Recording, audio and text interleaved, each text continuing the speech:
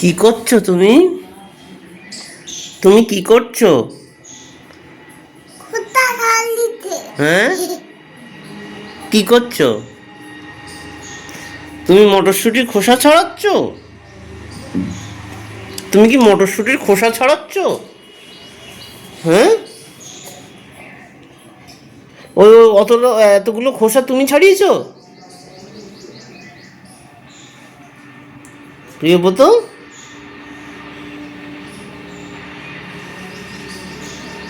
ও প্রিয়ব্রত, তুমি কি এই মটরশুঁটিগুলোর খোসা তুমি একা একা ছাড়িয়েছো? এতগুলো মটরশুঁটির খোসা? হ্যাঁ বাবা, তুমি তো অনেক কাজ করে ফেলেছো। হ্যাঁ প্রিয়ব্রত,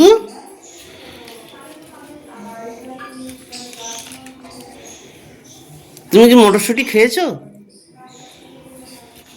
মটরশুঁটি খেয়েছো? খেয়েছো?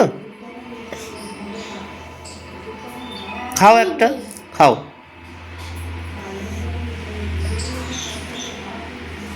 সব ছাড়িয়ে ফেলছো, কি করবা ও?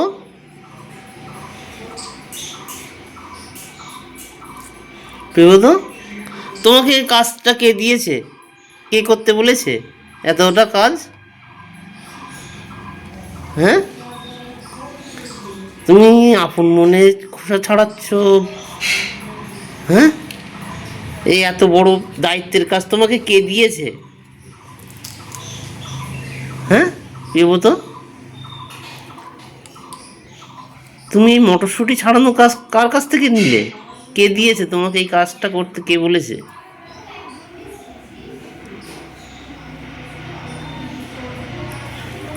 হ্যাঁ ও প্রিয়ব্রত,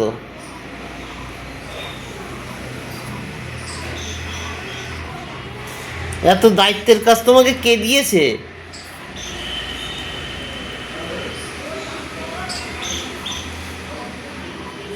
বাবা, এ তো অনেকক্ষণের ব্যাপার। তুমি তো অনেকক্ষণ ধরে তো অতটা সারিয়েছো দেখছি। তো একটুখানি সময়ের ব্যাপার না, অনেকক্ষণ লেগেছে তোমাকে এই ছাড়াতে। হ্যাঁ, তো কতক্ষণ ধরে ছাড়িয়েছো? এতটা কাজ করেছো তুমি? এই ঝুড়িতে অনেক ছিল তো। হ্যাঁ প্রিয়ব্রত,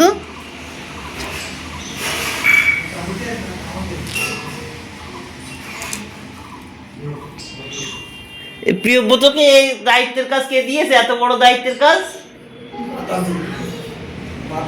হ্যাঁ, এ তো এ তো এ তো বিশাল দায়িত্বের কাজ করছিস তো, দেখতে পাচ্ছি।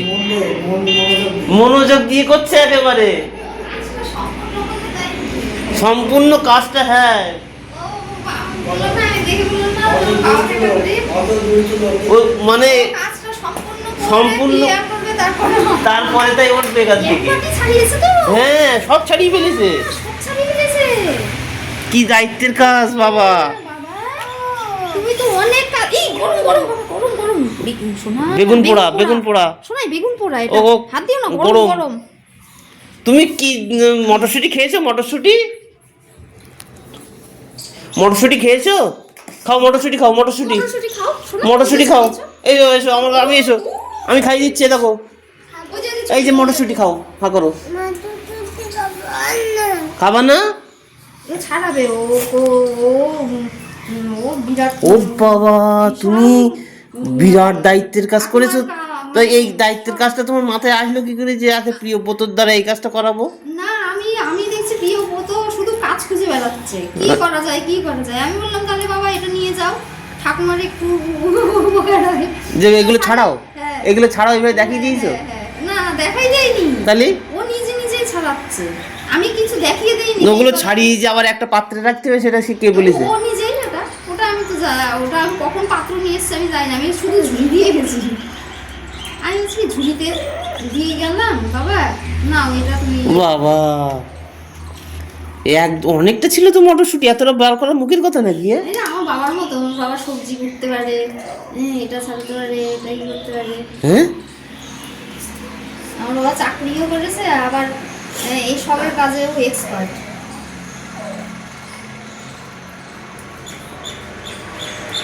যাক, তুমি আর একটা বাবা পেয়েছো। এখন এই বাবা সব কাজ করবে। পুরুষদের একটু কাজ না পারলে খুব মানে বাড়ির মানুষের অসুবিধা হয়ে যায়, বুঝতে পারছো? একটু শিক্ষা দরকার, খুব বেশি দরকার নাই, তবে মোটামুটি একটু চলার মতো শেখাতে হবে। আরে বাবা রে। তুমিও পারবা না, শিখে নাও। তাই তো, প্রিয়বধূর থেকে শিখে নাও, তুমিও পারবা না। না তো। এবার তো তুমি কি করছো? হ্যাঁ, মটরশুঁটি ছড়াচ্ছ? ও প্রিয়ব্রত, এদিকে তাকাও। তুমি ও মটরশুঁটি, মন দিয়ে, ও যে কাজ হ্যাঁ করবে, একদম মনোযোগ, ও কোনো দিকে কোনো কোনো তাকাবে না, কোনো কিছু দিকে না। তাকানো নেই, কারোর কথার উত্তর দেওয়া না, নেই। না, ও মন দিয়ে একদম যেটা করবে মন দিয়ে, ও মন দিয়ে বলে। ও দেখছে অন্যদিকে নজর দিলে তোমার ডিস্টার্ব হবে কাজের, ওই জন্য মন দিয়ে বলে।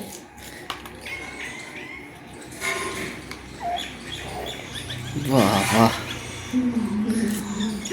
আমার আশ্চর্য লাগছে যে ও দেবাটি ছাড়িয়ে ফেলে দিয়েছে। টোটাল মটরশুঁটি আর কিছু নেই তো, ও সবই সারিয়ে ফেলেছে, আর একটা দুটো বা পড়ে আছে। দু তিনটে বাকি আছে, তাই বলছি যে ওর মানে গোটা ঝুড়িতে করে আমি দিয়ে গেছিলাম, সব ছাড়িয়েছে বসে বসে।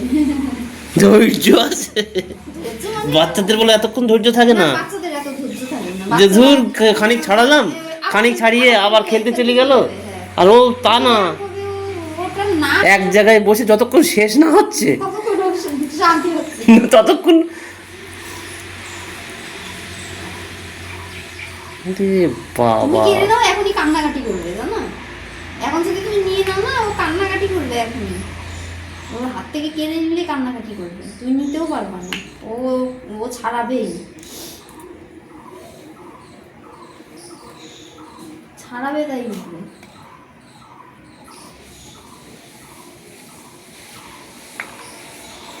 হয়েছে বাবা, ছেড়ে দাও শোনা। বিশাল কাজের লোক। তুমি বলো কাজের লোক নেই, কাজের লোক নেই। হ্যাঁ, আমাদের আমরা করতে না দিলে ও জোর করে কাজ তোমার ঠিক খুঁজে নেবে ও। বকা দিলেও শোনে না, বকলেও তাও জোর জবরদস্তি। ও তুমি এখন নিয়ে নিলে চিৎকার করে কান্নাকাটি করবে।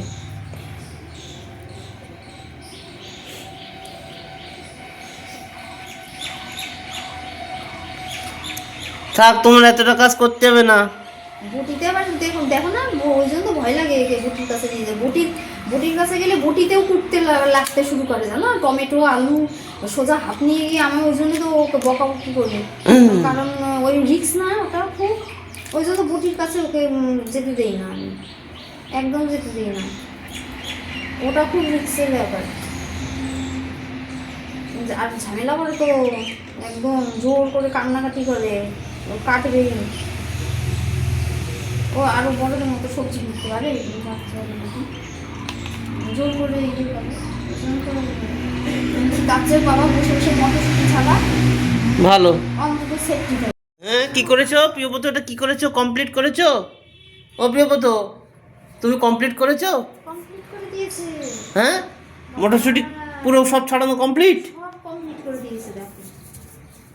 কমপ্লিট করেছো? তুমি কমপ্লিট করেছো? তুমি কমপ্লিট করেছো কি ছাড়িয়ে? কমপ্লিট করেছো? সব কমপ্লিট করে দিয়েছে। ও সৎসঙ্গ হয়েছে, খুবই ভালো লাগছে। আমাদের এই কত হচ্ছে কামার ড্যাঙ্গার এই শিবাটি কেন থেকে কত যেতে হচ্ছে? বড় একটা কই পেও সাবডিভিশনের সৎসঙ্গ হয়ে গেল। সেই যে একটা আনন্দ, সেই আনন্দটা আমরা যেন বহুদিন পরে পেলাম। এরকম আনন্দ আমাদের বসে উৎসবে হয়, সেই উৎসবটাকে কেন্দ্র করে সকলের এই আনন্দটা সাবডিভিশনের মধ্যে ভাগ হয়ে গেল। সাবডিভিশনের মানুষ যতগুলো কেন্দ্র মন্দির আছে, তারা যতটা আনন্দ করেছে, বৈশাখের মানুষ আরো বেশি আনন্দ পেয়েছে। সকলে এসেছিল, আমাদের কিছু দায়িত্ব ছিল। এই যে উৎসবগুলো হয়ে গেল, উৎসবটা হওয়ার পরে পরে দেখছি মন্দিরটা যেন ফাঁকা করছে। শুক্রবার আসলে মন্দিরে কিছু মানুষকে দেখা যায়, তারপরে আর কাউকে আর দেখা যায় না। ঠাকুরের কাছে একবার একটু মাথা নত করলেই যেন অনেক কিছু পাওয়া যায়, কিন্তু মন্দিরে যদি আমরা প্রত্যেকদিন যেতে পারি অনেক কিছু পাওয়ার আছে। অনেকে বলে বাড়িতে বসে ঠাকুরকে পাওয়া যায়, বাড়িতে ডাক পাওয়া যায়, কিন্তু তার সঙ্গে তো একটু ওতপ্রোতভাবে জড়ানোর জন্য আমাকে মন্দিরে যেতে হবে, সকলের সঙ্গে আলাপ ব্যবহার করতে হবে, সকলের সঙ্গে পরিচিত হতে হবে, তবেই তো আমার ভাব চলন বলন সবকিছু ঠিকঠাক হবে। আজকের জেনারেশন যেভাবে এগিয়ে আসছে, আমাদের পরবর্তী জেনারেশন যেন তারা যাতে এইভাবে ঠাকুরময় হয়ে উঠতে পারে। আপনাদের বাড়ির ছোট ছোট ছেলে মেয়ে ভাই বোনদেরকে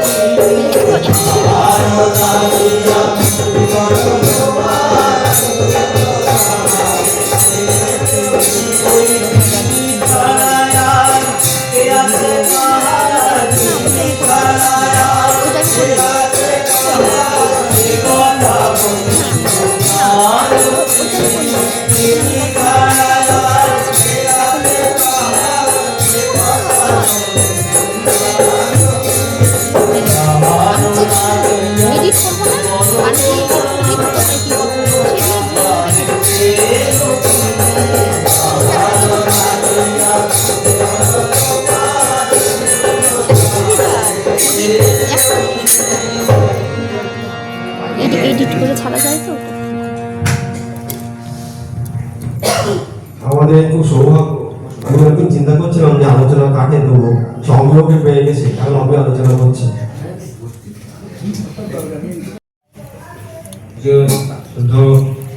পিযুষদার বাড়িতে পিতৃতর্পণের স্মৃতিচারণ উপলক্ষে আজকে পরম দামের নাম সংকীর্তন। আমি আজকে ট্রেনে করে আসার সময় ঠাকুরের একটা ঘটনা পড়ছিলাম, ঘটনা না একটা কথা পড়ছিলাম যে আমরা এই যে ঈশ্বরের ভজনা করি, ঠাকুর ঠাকুর করি, তাহলে আমাদের জীবনে ঠাকুরের ভূমিকাটা কি? একজন বলছেন ঠাকুরকে, ঠাকুর যে তিনি তো আমাদের ভালো কাজটা যেমন করান আমাদেরকে দিয়ে, তেমন তো আমরা যখন খারাপ কাজ করি তখন সেই খারাপ কাজটাও তো তিনি আমাদের দিয়ে করান। বড় অদ্ভুত প্রশ্ন। তিনি বলছেন আমি ভালো কাজ করছি, তখন আমার মনের ভিতরে প্রসন্নতা হচ্ছে, যে আনন্দ হচ্ছে যে এই ভালো কাজটা করেছি। কিন্তু যখন কোনো খারাপ কাজ করি তখন সেই খারাপ কাজটাও তো তাহলে তিনি আমাকে দিয়ে করাচ্ছেন। হাসলেন, হেসে বলছেন যে তিনি কিছুই করেন না। ছোট্ট কথা বললেন যে তিনি কিছুই করেন না। তিনি আমাদের ভালো কাজও করান না, তিনি আমাদের খারাপ কাজও করান না। তাহলে তিনি কি করেন, তার ভূমিকাটা কি আমাদের জীবনে? বলছেন তিনি আমাদের শুধু ভালোবাসেন। আর কি বলছেন যে আমার এই সাত্যত চলনার মধ্যে দিয়ে, সাত্যত চলনা মানে কি? যে আমার অস্তিত্বটাকে রক্ষা করে চলা, যা করলে আমি বেঁচে থাকি, আমার পরিবেশ বেঁচে থাকে, এই বেঁচে থাকার মধ্যে দিয়ে, চলনার মধ্যে দিয়ে তিনি প্রসন্ন হন, তিনি খুশি হন। এইটা ছাড়া আর আমার জীবনে কোনো করানোর কোনো ভূমিকা নেই। বাপ ছেলেকে ভালোবাসেন, কিন্তু ছেলে যদি বাপের কথা না শুনে চলে, তাহলে বাবার হাজার ইচ্ছা থাকলেও ছেলেকে দিয়ে কিছু করাতে পারেন না। তাই ঠিক তেমনি যে পরম পিতা আমাদের সবাইকে ভালোবাসেন, সে যোগ্য হোক, অযোগ্য হোক, আংলা হোক, নাংলা হোক, যেমনই হোক, কিন্তু আমি যদি তাকে ভালোবেসে তাকে খুশি করে না চলতে পারি, আমার আর বারবার ফিরে আসতে না হয়। পরমদাসী ঠাকুর বলেন যে ভক্ত কখনো মুক্তি চায় না, সে চায় সেবার অধিকার। তাহলে সে শুধু সেবা করার যে সুযোগটা, সেই সুযোগটা পেতে চায়। তাই আমরা বারবার যেন তার কাছে এসে, এই ধরাধামে এসে তার সেবা করার জন্য সুযোগ পেতে পারি। এই হচ্ছে আমাদের সবারই এমন কামনা, এমন বাসনা যে আমি বারবার এসে তার, আমার প্রভুর সেবার জন্য যেন আমি নিজেকে নিয়োজিত করতে পারি। এই হচ্ছে কথা। সবাই ভালো থাকুন, সবার শান্তি, স্বস্তি, মঙ্গল কামনা। জয় গুরু। এবার হরিদ্বার সব কীর্তন করুন।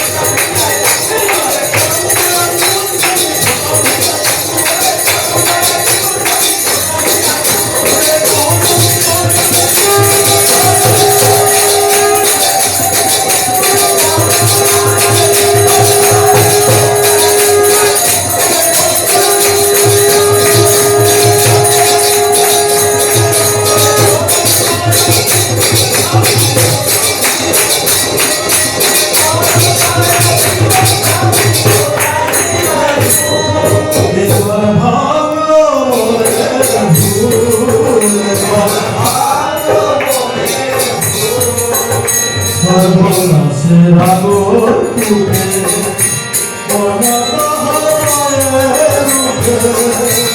সর্বনাশের আগর সর্বনাশের আগর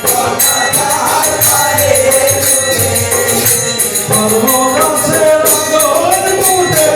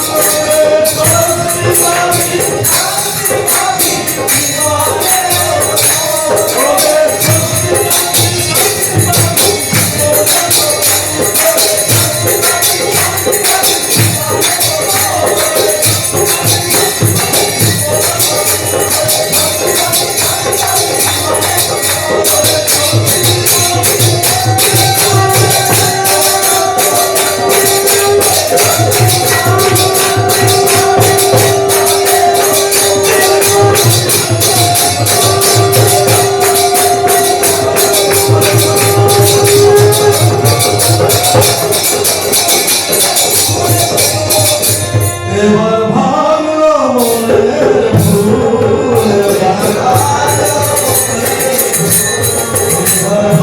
ভাঙলো মনের ভুল। সবকে অনেক জন্য আলোচনা করছে, লাস্টের 3-4 মিনিট রাখবেন জয়গানের জন্য। সভাপতি জয় যাবে না। হ্যাঁ বল।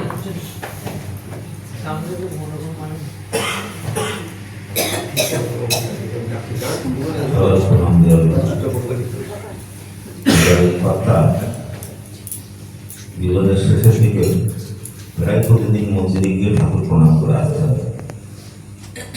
হেঁটে হেঁটে যেতেন, নাম করতে করতে আবার নাম করতে করতে আসতেন। আমার সাথে মাঝে মাঝে দেখা হতো, যখন খুব গল্প করতেন, খুব ইষ্ট প্রসঙ্গ করতেন। সেই বিধেয়ী অর্থাৎ শান্তি স্বস্তি মঙ্গল কামনা করি কর্মদেবের রাত্রি চরণে। মানুষ চলে যাওয়ার পরে অনন্তকাল বেঁচে থাকে, তার সেই বিধেয়ী আত্মার মধ্যে সেই আত্মা মানে সতত দমনশীল, আর সতত দমনশীল আত্মার টিকে থাকে নামের মধ্যে, কর্মের মধ্যে দিয়ে। আমরা সেটা জানি, অনুভব করেছি। ঠাকুরের এই স্মৃতিবাহী চেতনা নিয়ে আমরা অনন্তকাল বেঁচে থাকতে চাই। সেই বেঁচে থাকার রাস্তাগুলো করমজল সুন্দর করে দিয়েছেন। মহাভারতের শান্তি পর্বে নিরামিষ আহার সম্পর্কে জিজ্ঞাসা করছেন যুধিষ্ঠির বিশ্বকে। বিশ্ব বলছেন, হৃদয় জীবনটাকে সুস্থ রাখতে চায়, সুন্দর রাখতে চায়, জীবনের শ্রীবৃদ্ধি চায়, নিরামিষ আহারী হতেই হবে। যখন হাঁড়ি কাটা ফেলতে যাবে, তখন রাজামশাই ছাগলটা থেকে তাকিয়ে দেখছেন, ছাগলটা একবার হাসলো, আবার ছাগলটা একবার কাঁদলো। এবার জিজ্ঞাসা করছে ছাগলের কাছে, তুমি হাসলে বা কেন, কাঁদলে বা কেন? তখন ছাগল বলছে, আমি এক জন্মে আপনার মতো রাজা ছিলাম, আমার রাজ্যের শান্তি শক্তির জন্য ওইরকম ছাগ বলে দিয়েছিলাম। আমার 99টা জন্ম এরকম ছাগ জন্মের মধ্যে ত্যাগ হলো। আপনি যখন আমাকে বলে দেবেন, আমি ছাগ জন্ম থেকে আমি নিষ্কৃত পাবো, তাই আমি হাসলাম। আর দুঃখ পেলাম এই জন্যে, আমাকে নিহত করার মধ্যে দিয়ে আমাকে আমার মতো এরকম 100 জন্ম সাত জন্মের মধ্যে দিয়ে আপনার আত্মহত্যা পরিণত হবে। তখন রাজামশাই তো বলবে ছাগলটা ছুড়ে দাও, ওকে আর বলি দিয়ে লাভ না। কিন্তু ছাগলের ছাগ দেওয়ার মতো শেষ হবে তো আজকে। ছাগলটাকে ছেড়ে দেওয়া হলো, পাহাড়ের কাছে ছাগল ঘাস খাচ্ছে। কিছুক্ষণ পরে একখণ্ড মেঘ, সেই মেঘ থেকে বাদ পড়লো, পাহাড়ে একটা পাথর খণ্ড তৈরি হলো। পাথর খণ্ডটা ছাগলের গলায় এসে পড়লো।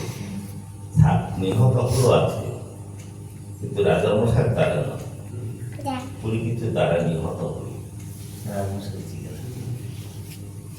গুরু পরিবারের কাছে যাই আমরা, ঠাকুর বাড়ি অনেক আশীর্বাদ নেই, কিন্তু কটা আশীর্বাদ দেন না। এক হচ্ছে গাছ কাটা আশীর্বাদ হয় না, মাংস কাটা আশীর্বাদ হয় না, জল করার আশীর্বাদ হয় না, মাছ নিধনের আশীর্বাদ হয় না।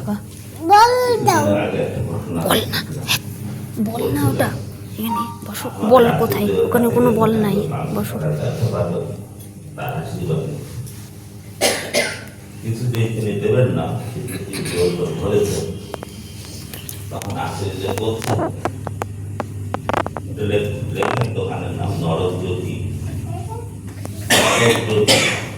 মানে তিনি জমের বাড়ি যাওয়ার জ্যোতিতে তিনি উপলব্ধি করলেন কিছুদিন আগে দেখবার সত্যানি হলো ঠাকুরের প্রতিমূর্তি। তিনি একটা কথার মধ্যে দিয়ে বলে দিলেন, তুমি যে কর্ম করতে যাচ্ছ তোমার নরক দর্শন হবে। তাই বল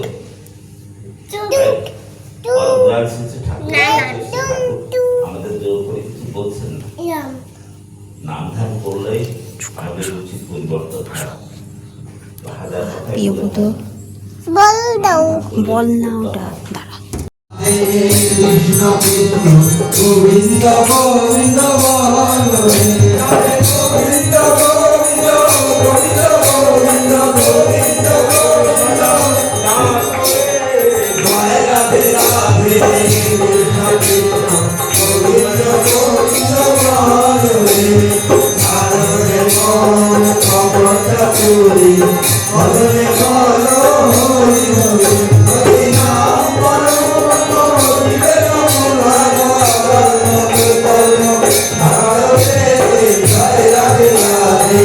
কৃষ্ণ গোবিন্দ গোবিন্দ